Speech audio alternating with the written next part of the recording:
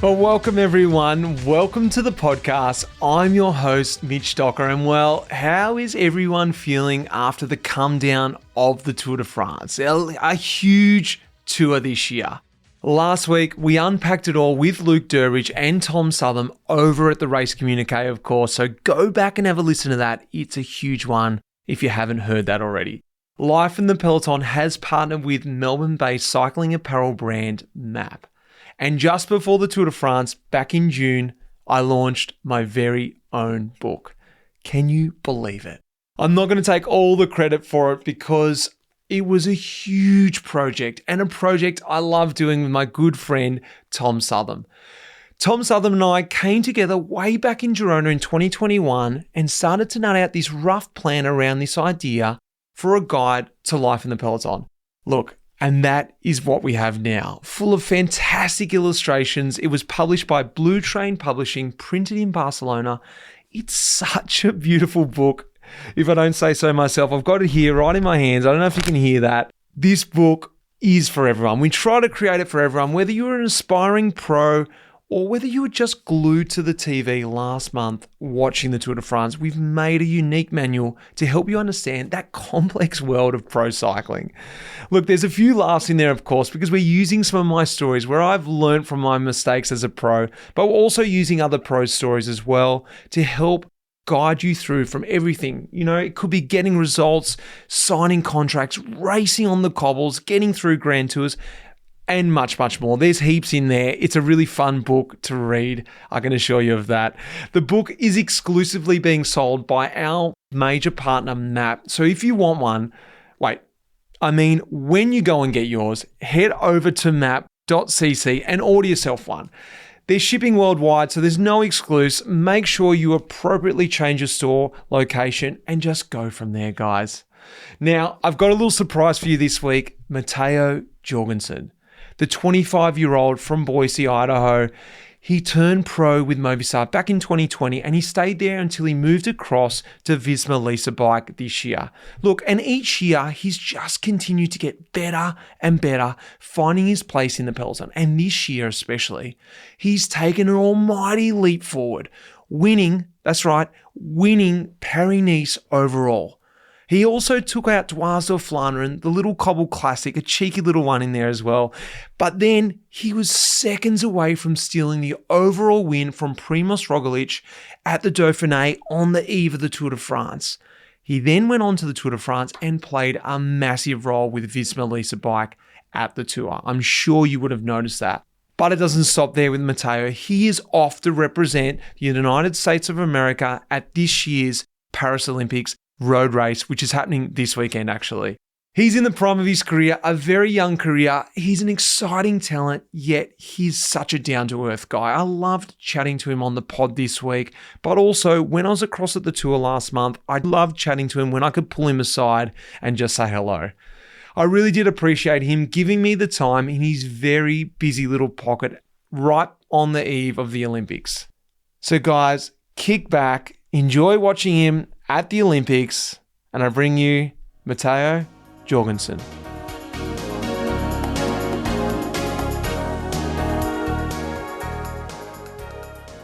Well, Matteo Jorgenson, this is a real pleasure. It's a little pocket that we've been able to find in a really hectic time of year. Welcome to the podcast. Thanks, Mitch. Thanks for having me. Mate, I'm gonna just rewind because this was a real bit of a moment for me.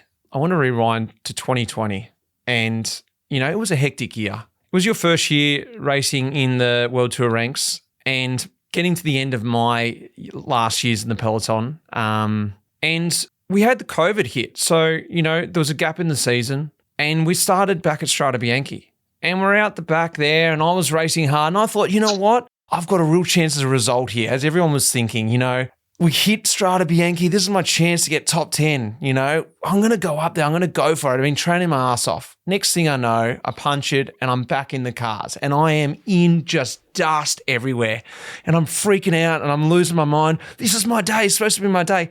Next thing I know, there's this Movistar rider rolls past me and I'm like, what's this guy trying to do? Fight me for the car? Or, we're trying to get back. He's in this dust storm. Yells out across to me. I'm freaking out. I'm on my limit. Hey, mate, I love the pod. being listened to. I'm like, who's this guy? What's going on here? And then you take off and ride back to the Peloton. Later on, I take the rider's number down. I go back to the bus. I'm like, who was that mysterious guy that was able to yell out to me in such a hectic moment? And that was you. That was the first time we officially met. Do you remember that moment? That's hilarious. I don't really remember. I remember meeting you at some point that year, but I don't remember that it was that in Strade Bianchi. But I do remember that Strade Bianchi all too well. That was a horrible experience. I think I flatted 3 times. I only did half the race, but I was in the cars for I think 90% of that half of the race.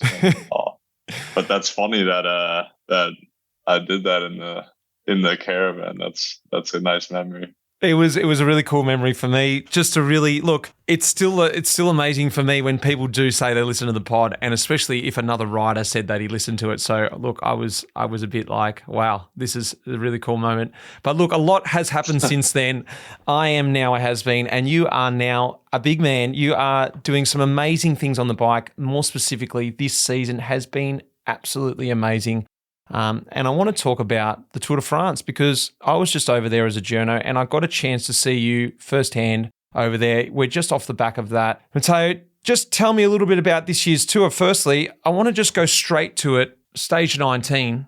This was a beautiful day. It looked like it was set up to be a fantastic day. Isla 2000. Run me through this day as we're getting to the end of this year's Tour de France. Yeah, at that point in the race, it felt like we had one chance left to turn it around with Jonas. We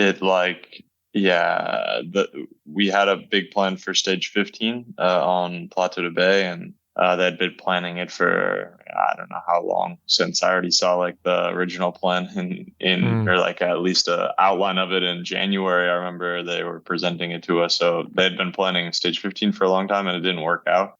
We did like the perfect performance, and like the entire team did the perfect performance for what they wanted, and Tade took I think over a minute on Jonas. So then the next opportunity, or like the last chance we had, was 19, and we were kind of, ever since Plateau de Bay, we were planning what we were going to do on stage 19, and they're really coming up with like these crazy out of the box Hail Mary ideas, like attack on the first climb and then it comes back, attack on the second climb. Let's just like create chaos.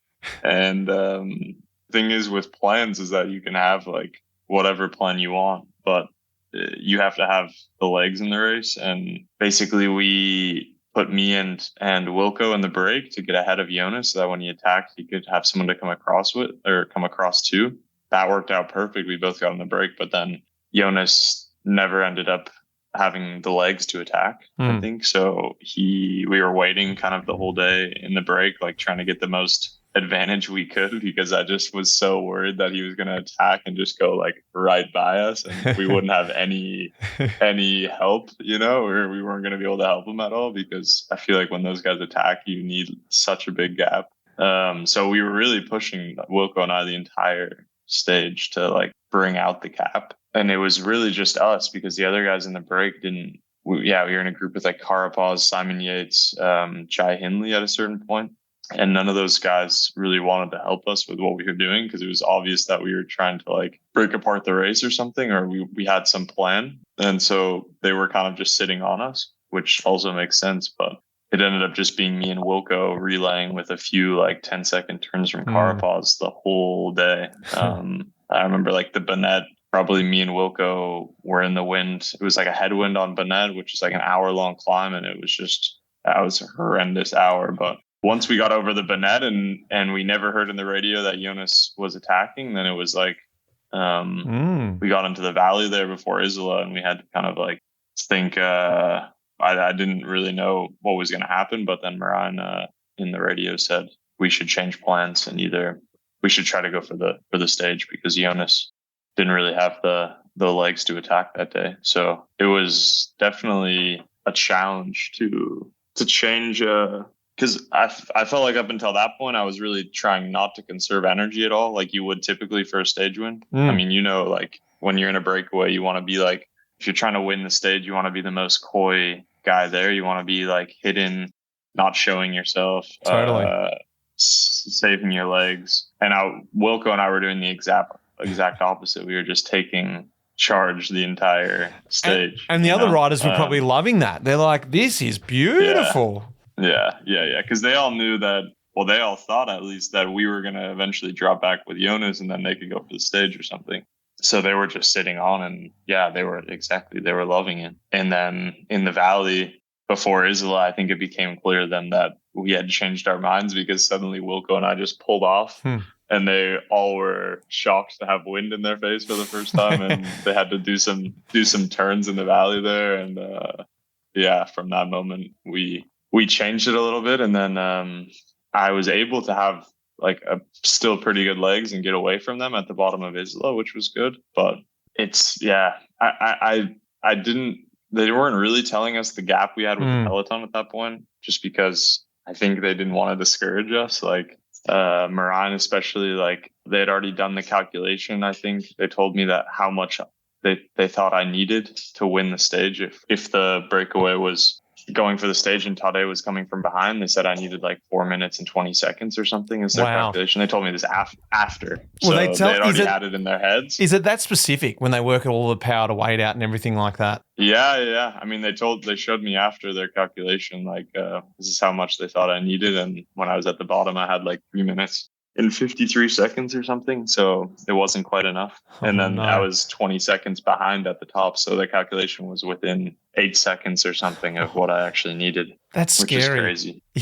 Yeah. But they didn't want to tell me, you know? So the whole climb, I was just thinking about doing my best. It's not like I could have gone any faster from bottom to top, but I was just trying to think about staying ahead of Carapaz and Yates and stuff. And then suddenly 3K to go, I hear Marijn say, okay, now Tadej has passed Carapaz and he's only like 35 seconds behind. And I was just like, no. It nearly did me in mentally, but there was really nothing to do but just go as hard as I could to the line. And he came past me like a airplane. It was ridiculous. I thought about, like, I saw him coming. It was probably like 10 seconds behind when I looked back and saw him coming, and I sat up a little bit. I thought, okay, I can catch my breath and maybe sit on the wheel, and no chance. No chance. When he came by, there was no chance I was getting on the wheel. So it's definitely a gutting last kilometer. Yeah. It's a climb, well, isn't it? Yeah, it is. Does that help you in such a situation, or does it not? Is it sort of like, I know exactly how hard this is going to be, and actually that works against you, or it really does work in your favor? I think it did work in my favor that day. I think sometimes especially if you don't have good legs, it can be bad for you. But that day, I think it really worked out because I knew, like, it's not a very steady climb. It really like goes up and down, even has flat parts and little downhills. So you really know where you need to push and where you can like sit up, and that stuff really helps you. I think even like a few moments, if you know that there's like, even 3 seconds of coasting coming, then it helps you. You know, you can push until then and then rest for a few seconds, and that sort of stuff helps. But in general, like, it was just a 40-minute all-out effort. There's not much. Knowing it can help you. You just have suffer like a dog. I want to rewind to the Puy de Dôme last year in the Tour de France, and a similar situation when Mike Woods was hunting you down as well. And look, I don't necessarily want to dwell on these close moments, but it's a situation that you've been so close, and you've shown these great rides, actually, this ability to sort of attack it, and not play it safe, really put everything out there on the line and go for it.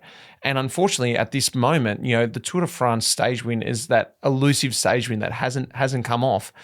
But the reason why I wanted to bring it up is because, in Movistar, I sort of understand it is a team of about opportunity. When you're racing on Movistar, your first World Tour team, going in the breakaways, trying to show the jersey, trying to win a stage that way. And I want to actually understand what the difference has been changing teams, coming across to Visma, because, often this opportunity sort of presented itself in stage 19 this year, but that wasn't necessarily the way that you guys were riding. And I sort of get the feeling that coming across to Visma, and only from the outside, I can just see you were sort of on this nice trajectory with Movistar. You were showing fantastic results, but then all of a sudden it just took a steep curve up this year. We've got to start with this year with Paris-Nice. Like, to win Paris-Nice, I'd be happy if I could, win a stage. That was well out of my realm even to win a stage, let alone to win the thing overall. I say this is the grimiest, hardest race in the season. Every pro says that, yet you're able to take it out and still call it your favourite race. So let's talk a little bit about this change in teams and sort of seemed like it was the next natural big step for you to come across the Visma. Yeah, there's just so much that changed. Like, I get the question a lot, like, what has changed or what's the biggest change, and I think it's almost easier to think about like what hasn't changed.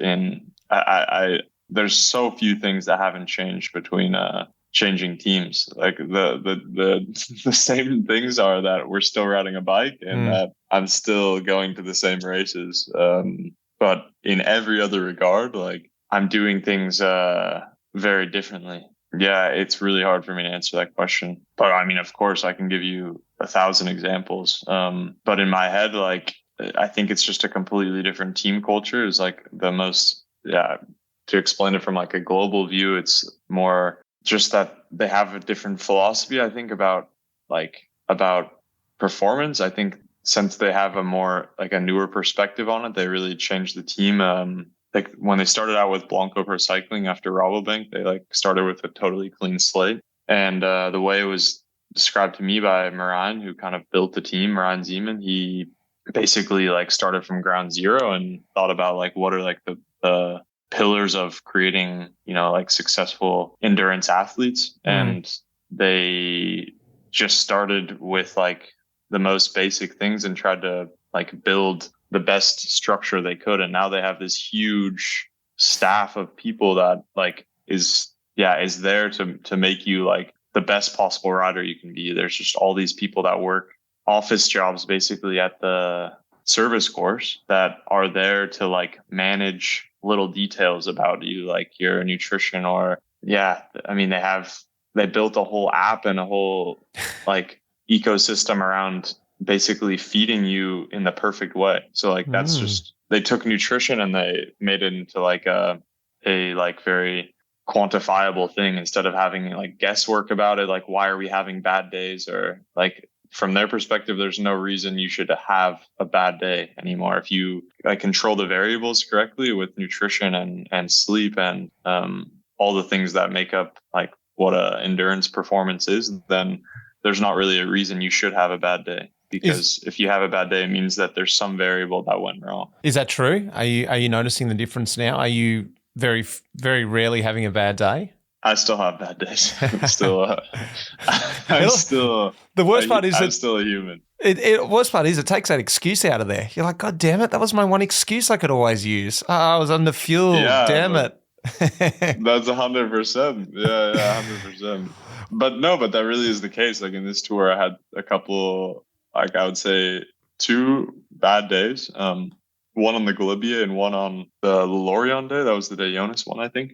And both of them, I had to really think outside the box. Like usually I would have just said on Movistar, oh, for sure, I was just empty. I didn't have enough for dinner, or I didn't eat enough in the stage or something. But on this one, I was like really scratching my head, like, oh no, what did I do, man? And what'd you come up with? It was my mistake.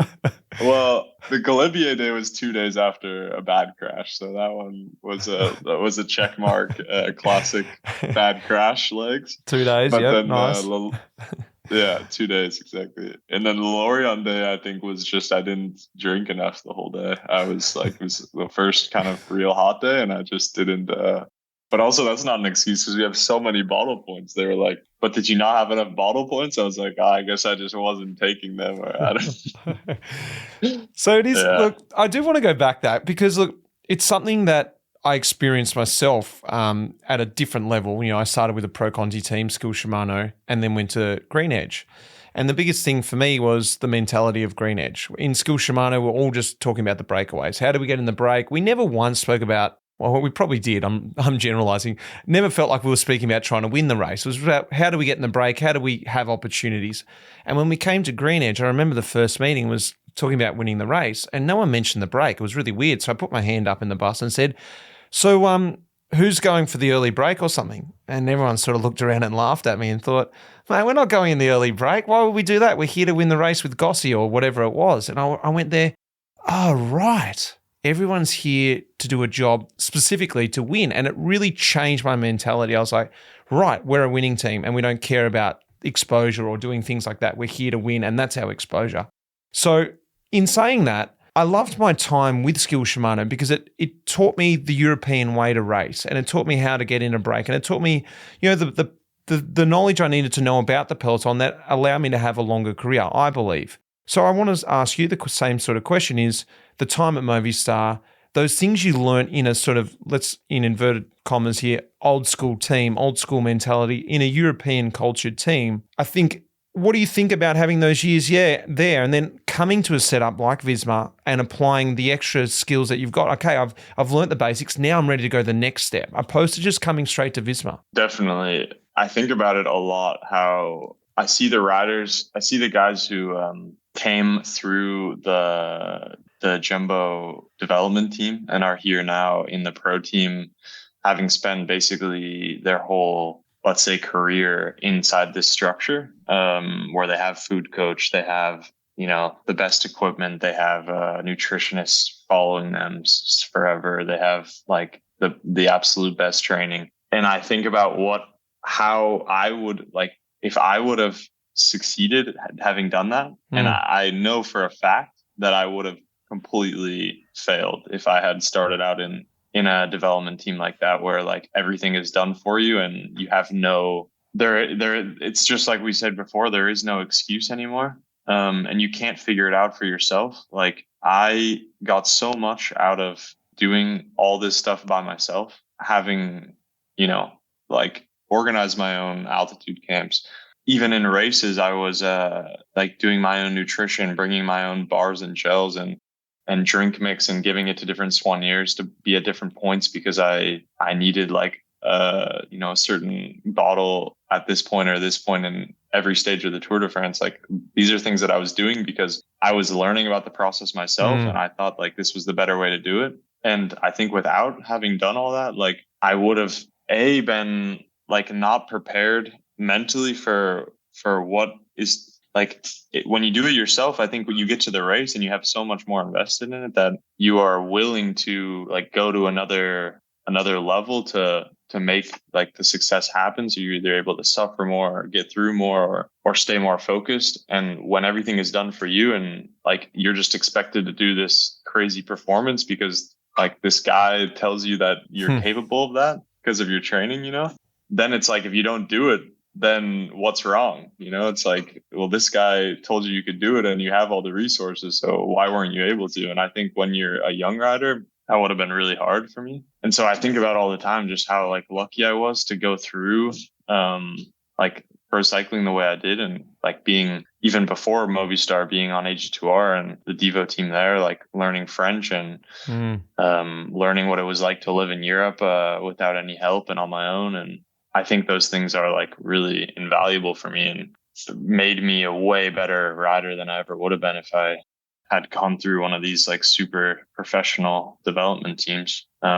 As like backwards as that, or as like, maybe the guys running the development teams don't like to hear that, but I think for me it was the like 100% the right way to do it. And I also on Movistar learned like now what it's like to not be on the best team in the world. And I also appreciate more being able to ride in the front of the peloton all the time. And I know what it's like at the back. Like, I know what on these mountain stages, how horrible it is to be like a team fighting all day with these other teams. And my teammates, I think, already forget it, or they already take for granted having, one day we had 14 bottle points on a stage. And I was telling them on the bus after, I'm like, they were even saying there wasn't enough. And I was telling them, guys, you know how many bottle points Movistar had today? They had 3 bottle points. We had 15. So we cannot complain about a single thing, So that's the type of stuff that I think that perspective is pretty invaluable. What about another layer on that perspective? And this is something I really love about you, obviously being a classics man myself, is the classics GC combo.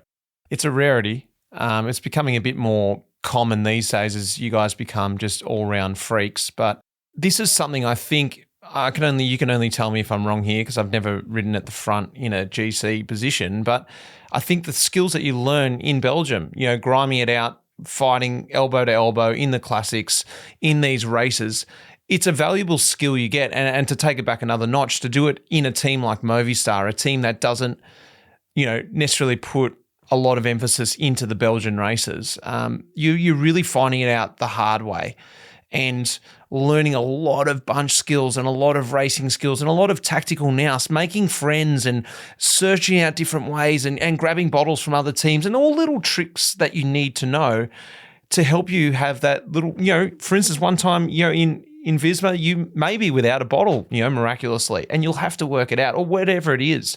So add that layer to it. Tell me a little bit about how the classics, one, the love site for it, but that combination of classics and sort of GC riding. It's something that I love for sure, doing both.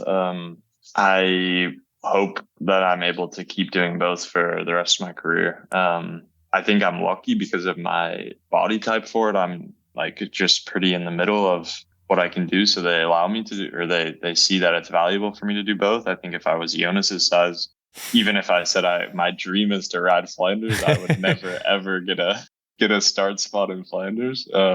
But no, like you said, it makes you so much better. Until you do one of these classics, you don't know, but yeah, the amount of lifetimes you live in a 5-hour race in Belgium, it's ridiculous. You go through ups and downs, and at a certain point in every race, you think, "Oh, I have the worst legs in my career," and then a few corners later, you think, "I'm the best rider here." There's such dynamic and interesting races to race, and also they're gritty. It takes so much out of you mentally, and it really makes you learn how to get the best out of yourself, how to suffer. And there's so much you can learn. Every time I do a race there, I learn something either about myself or the other riders. That's the other thing you learn, what are the strengths of your other opponents, because you see so much, there's so much that is required of you in those races that you see also in other guys where they're good or where they're bad. Coming out of corners, do they lock to get on? Do they struggle to get on the wheel? Do they have an acceleration? Are they good at positioning? There's so much I've learned about a bunch of guys that do those races that then I race in the Tour de France and I know a little bit better. Okay, this guy, struggles in this regard, or is really good here, or loves crosswind. If there's a crosswind coming up, Kung is going to be right there all the time. Or there are things you just learn from it, and I hope that I can keep doing them. I've already asked if I can do it again next year. I hope they let me. Well, tell me about this year, because I was looking at this year that you only started in opening weekend, and that's, look, I know it's changing so much now, and you got to tell me about what you did to prepare and how you guys go about, obviously in a general sense. I know you're not going to outlay all your training programs, but in a general sense, and I think that's the thing that blows my mind a lot now, the way the Peloton's going and the way you guys prepare, and starting at opening weekend and then just rolling straight into the classics. And then, we spoke about Paris-Nice, winning Paris-Nice, but then stepping back in and winning Dwars de Vlaanderen. You come in on form. That's something that I'm noticing so much different now, is that the training, it just must be that much more intense, or maybe it's not. I don't know what the way you guys are preparing before you get to the races, that you're able to hit the races like you've done 5 classics already. Yeah, it's I think a completely different, or just a really, really specific training philosophy they have now, especially at this team. I think the coaches really believe way more in training than in racing. So they have a idea that they're always going to be able to get you to a higher level through a training block than any race they could throw at you. So this idea that you can race into shape at this team, they completely rejected. They basically if mentally they could handle it, Jonas would probably be better off maybe not doing any races until the Tour de France in an ideal world. Obviously you lose the racecraft and you need to race, and you also need to see your competitors, and you need to get self-confidence. All that stuff is still important. But from a performance philosophy, I believe that they would probably, like, if the coach had their way, you would probably say, Jonas, you don't race until July 1st when they start the tour. And it's just because, like, on this team, they can also control everything. So when you go to one of these training camps, suddenly they have full control over, from, you know, the moment you wake up to the moment you go to bed. They're able to see everything. They're able to control it. Like, if they see, like, if what's that like? I know it sounds crazy, but for me, like, my personality, it's so much nicer, because nice. I was already basically inflicting that on myself just by myself. But I was doing it alone at home, and I was doing it with what I thought was the right training or the right nutrition and all this stuff. And it was exhausting trying to do it myself. And now that I'm in a team where, like, I can go and basically it's like way more periodized. Like, I can have true rest period where I don't have to think about any of this stuff. Like, after Amstel this year, after the classics, I went home to the US, and for 2.5 weeks, I didn't speak to any of the trainers. I didn't log anything. I just rode my bike and, like, enjoyed my life, and didn't really speak with them. So I mentally completely switched off. But I only was able to do that because I knew that once I arrived back in Europe, I would go to training camp in Sierra Nevada before the Dauphiné, and I would be completely on track again, and everything would be on, you know? So I could have these, like, mental on and offs, where I think in the past I was basically just on all the time. I was just, like, trying to do it all myself halfway, and, like, I would slowly through the season get worse at it, you know, like,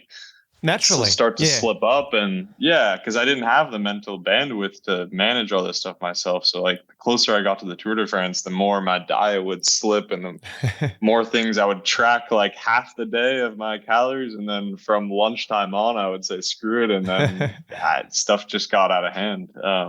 But now it's like the fact that I can put other people in charge of that stuff, like, from an outsider perspective, I think it sounds like really not a pleasant environment to have, like, people managing you and stuff. But when you're motivated yourself to get to this level and you know what it takes, then that's actually the best possible scenario, is that you're giving other people, like, you're offloading all this stress onto other people. So you have someone to think about, like, the food, and to make up food and plate it for you. You just have to eat what they put in front of you. And then, like, I mean, everything you're training, you don't have to wake up and think about, oh, is this the right training? Do I need to talk to my coach? Do I need to think about, as long as you tell your coach how you feel every morning, like how well you slept and your weight and what you think, like what you think your feeling is that day, your motivation, everything, then he can tailor your training that day based on what it's going to be. You don't have to, like, have that worry in your mind. Am I overtired? Am I undertired? Like, you just do the training and you try to enjoy the training, and then you get home and you can turn off from training and relax, and because you know that you did the training well, and you know that your coach has it under control. Is there that bit of, because this is I guess a problem for me, that you start second guessing yourself when you're out there doing those efforts, you know, because you don't have that reassurance of someone going, no, you are good. I've seen the data. Everything's good. You slept well. You ate well. Your weight's good, blah, blah, blah, blah, blah. So you go out there and even you just take that thought out of your mind that you could possibly be bad, because you know everything's good. Whereas I guess sometimes I would trick myself into feeling like I was actually not that good that day. Oh, I don't know. I'm not feeling this first effort. So there was a bit of a psychological side to it, you know, like I had to feel good mentally. Also physically, I obviously had to be good as well. So it seems like now it's simple, because, like, you are bad if you didn't sleep well or whatever. Great. We alter the training for that. And when you are good, there's no question. You're going to go do your efforts. Yeah. It really is that. I mean, it's doubts are, like, the worst thing you can have in a sport like this, because to do the work that's required of you is so difficult. Like, on your best day, like, even when you're 100% well rested, fresh, and, you know, you have perfect muscle glycogen to go out and do a 6-hour ride with efforts, or 7-hour ride in the heat or whatever. It's like, it's so difficult already that if you're out there all 7 hours and you're thinking, oh, this is not good, I'm tired today, like, I don't know if I should be doing this. I think it's too much. It's only gonna add to the fatigue. Whereas if you're out there and you're thinking, I just need to do these efforts, I know I'm good, my coach already, like, your coach manages you the whole training camp every single day. So he's even there with you, seeing your eyes. He tells you, oh, you look pretty, you either look tired or you just know that he's just as invested in it as you are, like he is there and it's his life to make you a good athlete, just like it's your life to be a good athlete. And that confidence you have in your plan at that point is, I think it just, it helps you. It's not measurable, but it helps you a ton. Yeah, and that investment, I love that, because it's something that I try to create myself outside, but I love that, investing in your own career and having a coach that can invest in you, and that trust, it's powerful, it's very strong, and that belief, and I think that's something that a lot of people don't understand, and something I definitely struggle with when I try to do a little bit of coaching afterwards, my career, and naturally, so these guys were just happy to be coached, didn't have a goal, and I couldn't quite wrap my head around it because I was so dependent, exactly like you, on my coach for these goals, and I needed someone to be driving or asking a lot from me because that's what I asked from my coach. It's quite interesting, that dynamic. Just to go back on what we spoke about, take me back then before a race. Is it all about doing race specific stuff? What are you guys doing out there to hit the ground running? Is it anything? Is it a lot different to what you were used to, or is it more just that you're monitoring it and you're hitting those numbers exactly? It's way different than what I was used to. That's for sure. My training in the last 4 years, I had a few different coaches at Movistar, but they were all very efficiency based, I guess I'll say. They used, I think, maybe pyramidal structure training where they really focused a lot on the medial zones. I really do none of that now. I don't touch anything in the medial zone, which is a huge shock for me. But at this point, the training we do is so polarized on this team that it's not like you're trying to mimic the efforts you do in a race perfectly, but they're really using just these scientific principles that they have, this philosophy that they have built over the years, to where you basically do every week almost of the whole year a similar structure. So you do these two kind of key sessions per week, and you do it the whole year, even in the winter, I remember it was quite the shock in November, when I started training again with this coach. I immediately got these heinous intervals, and I am just used to having such a slow build in November and December of maybe we'll throw in 10 minutes tempo. That's how it used to be, No. Maybe we'll do some high cadence efforts. No. This team was they immediately, my first week training, I think they gave me a session of some really, really hard stuff. But of course, the power is adjusted and stuff to the reality of your situation after the off season. But it's still really shockingly hard,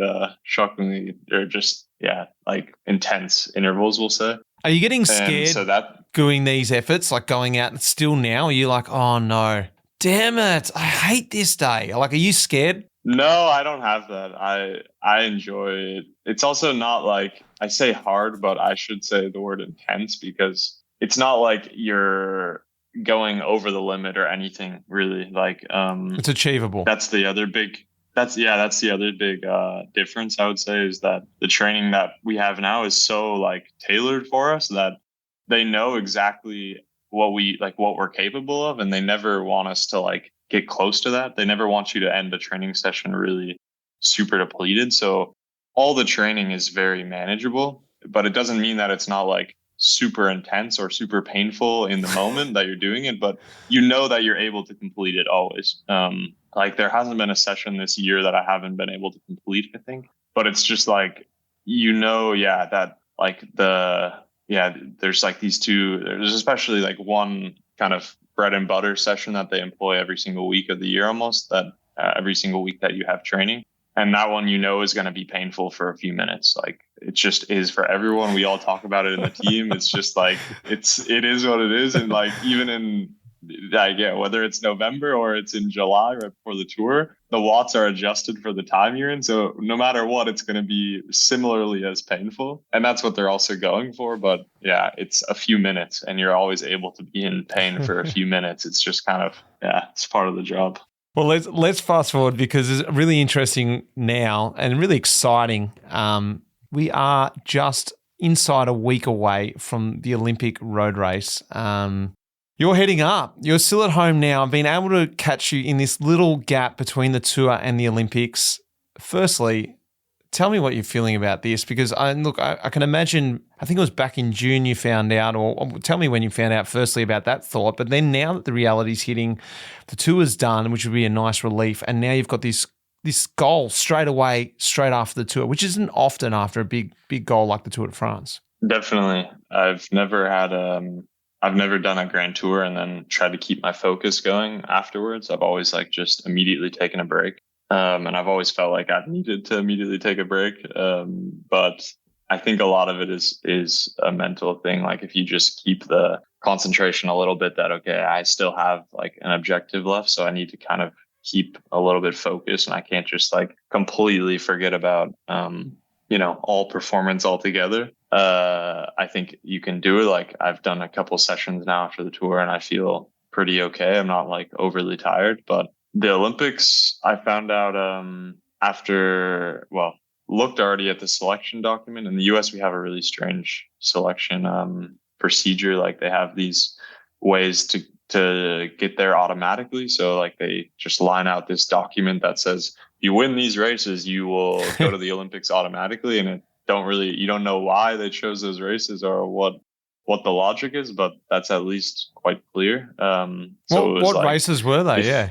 If you win, the National Time Trial Championship. So that's a race that I knew I wouldn't even be able to go to because it was during the altitude camp before Dauphiné and Tour in Sierra Nevada. So I knew that one was impossible. Somebody else would win that. And then the other way was, I think it was a 1-day European World Tour race. So basically one of the 1-day classics, and it had to be between a certain date range of March to May or something. So it was basically you have to win a 1-day classic. That was in my head since the start of the season. And so after I won Dwars Vlaanderen, I knew I was automatically qualified as long as 2 other guys didn't also win 1-day classics afterwards. Was that a motivation in the actual race or it just came afterwards? Yeah, no, it was a motivation in the race for was sure. Was it? I had it. Yeah, 100%. I had it in my head in the race. And wow. Even Grisha, our director, knew it. And he was even saying in the radio, right after I attacked, he was saying do this for the Olympics. This is gonna get you to the Olympics. It's your Olympic ticket. So definitely a motivation. Which is also cool. It makes me realize how important that motivation is. But yeah, basically. So since then, I've known since I don't know when that race was in in March, late March or April. Yeah, but then it still was I tried to just focus on the tour the whole season, especially when you're in this team. The tour is the biggest. I mean, it's for any team probably the biggest objective of the year. So it was more okay, let's just do the tour perfectly, and then the Olympics will just be what it is. If I come out of the tour good, then perfect. And if not, then that's how it went. And thankfully I did the tour and I was actually best in the last week. So I think theoretically it could be really good for the Olympics. What does it look like preparation wise between a grand tour and, a 1-day race coming up? Look, not necessarily, you don't have to get into specifics. I know you got your own sort of secret training plan, but, I guess a lot of people are wondering out there, how do you actually recover and obviously manage sort of form leading into such an important race? And it's such a different thing. To give anyone an example, the Olympic road race is 275K, 2,700 meters of altitude, but it's really, from what I understand, you can tell me a bit more about the course. It looks super technical, lots of little climbs, lefts and rights. It's like a little classic, a bit different to what you've just done over the last 3 weeks. Yeah, for sure. It's different. And I also don't know much about the course. I've looked at the VeloViewer, but it's really hard to tell on VeloViewer what the race is actually going to look like. But it's going to be a super long race. And it's going to be a super strange race because there's only 90 riders and there's only, I think, probably 50 or less of them are World Tour riders. So it's really a bunch of 50 guys and there's no team with more than 4 guys. There's only 5 teams with 4 riders. So it's really going to be pretty uncontrollable. But you're right. The getting from the tour to the Olympics and managing that 2-week period, I have no idea how I would do it. From my perspective, I just know my coach, he's been very also hesitant about giving me my training ahead of time this last week because I think he also doesn't know what he's going to do every day. Like he waits until I wake up and give him the morning survey about how I feel to make my training. Because I think he's just sitting there, has like 10 different options in his head or something. I think there's a million ways you could probably do it, but the way we ended up doing it was like really rest after the tour. So take like the whole week last week cool to rest almost. We took like Monday through Friday, no bike or ride, super easy if you want. And then on the weekend, we did like a 3-day training block. And then this week we'll be tapering again. So pretty simple week. Like we'll do some openers before the race, but yeah, basically I had 3 days of training, Friday, Saturday, Sunday, and then the race is Saturday again. So I think he did it kind of like maybe the more standard way. I know like I saw Stuyven was out doing like 5 hours of motor pacing already on Thursday or Wednesday after the tour. So there's definitely different ways you can do it. Yeah.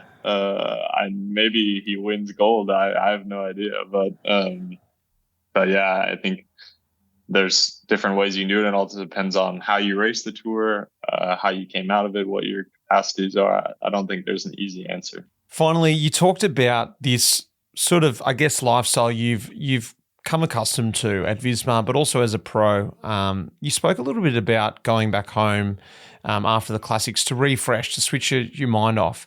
Look, I was able to go to the Commonwealth Games and I went straight after Paris-Roubaix. And I remember thinking to myself, this was such a stupid decision. Why am I flying all the way back to Australia to do the Commonwealth Games? Look, it's not the Olympics, but there was still that vibe around, the village and stuff. And I remember walking into the village and within about a few hours, I was like, this is the best decision I've ever made. I got so much energy from the Australian team and all different athletes. I guess what I want to sort of ask you is like, this ability to just step away from the pro world. I know you're still going to be doing cycling, but to be able to go out to Paris and to have this sort of, I guess, closing, no matter what happens in the race, win the gold, that'd be fantastic, but just be up there and get a part of this atmosphere. Are you really looking forward to that? And sort of that'll be the next chapter for the end of the season, I guess. Definitely. For me, I'm looking forward to more after the Olympics. I get to go back to the US, but the Olympics will be really good.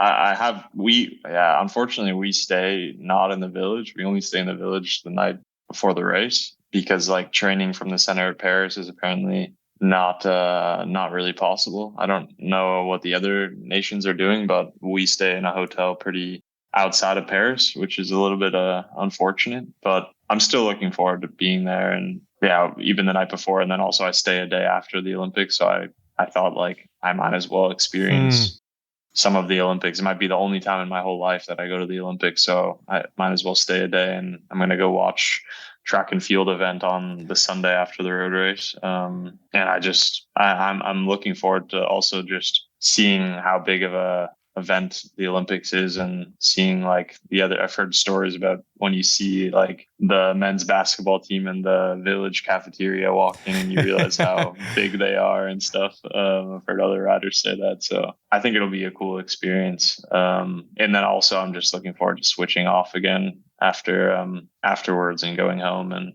I'm going to take my van out for a couple weeks and just forget about cycling a little bit, because it's been a pretty intense summer already with Dauphiné and Tour. And yeah, I'll try to refocus. I've never been successful in turning it around after the Tour, and I always have these grand ideas in my mind, like, oh, we're going to use this form we got in the Tour and we're going to smash the end of the year races, and it's never been possible for me. I always struggle after the Tour de France. I don't know what it is. I think it's mostly mental, probably. You just do the biggest bike race there is in the world, and then any other race from there, it's just kind of a letdown as to like what the ambiance is, or how much, motivation or focus you're able to get out of yourself for these smaller races, because you know that the biggest race is already behind you.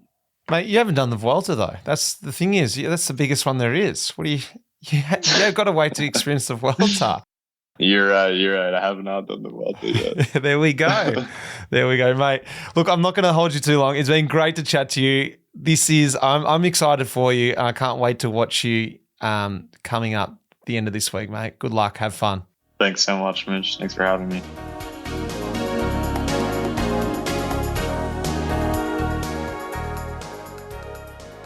Well, guys, what did you think? It's nice peeling back the layers of these guys you see on the TV. These guys you see I guess they've got the mask on when you're watching the Tour de France. It all seems so serious. You hear these interviews after the race. They put their sort of interview tone on and they tell you not much more than what you see on the TV. So I loved being able to peel back the layers and just sort of go, hey, let's find out who he is. And he is a great guy, as you guys noticed right then.